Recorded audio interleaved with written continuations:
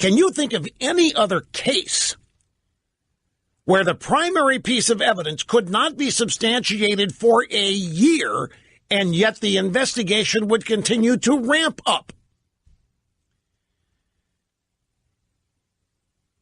Not a shred of evidence, and everybody using this dossier now knows and probably knew from the get-go that it was bogus, and yet they keep using it. What does that tell us? Let's go to the audio sound bites. Some backup for this. Cheryl Atkinson, Fox and Friends this morning, had this to say. The surveillance abuses that we are now seeing are tied into, I think, a pattern of 10 to 20 years of bad actors in the intelligence community that I've been told by sources have been presenting bad evidence to the FISA court, but it's never seen, so we don't know that. To obtain illegal warrants or warrants that would not otherwise be granted, there are other surveillance abuses that allegedly occurred. I think this is all connected. And the reason they didn't want Donald Trump, it's not so much his political positions and how much they hate him. He was the one guy that once elected, they feared would come in there and peer at what they've been doing the past 10 to 20 years. It's bigger than the 2016 election. Interesting take.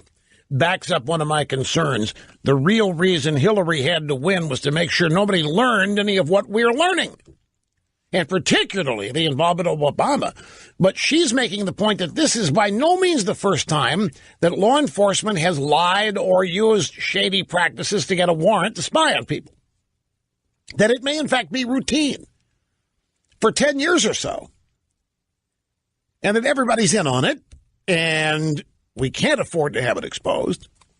Ergo, what we're literally seeing here is some panic that doesn't look like panic on the part of FBI, DOJ, Clinton, and Obama. Let's jump forward to audio soundbite number 7. Last night on the Fox News Channel, question to Trey Gowdy. Weeks before the election, somebody, and this is from the Grassley memo, this is just back up what I just told you.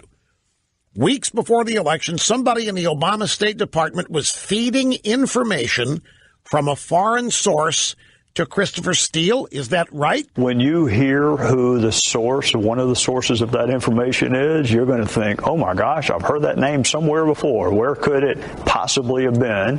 And the foreign source?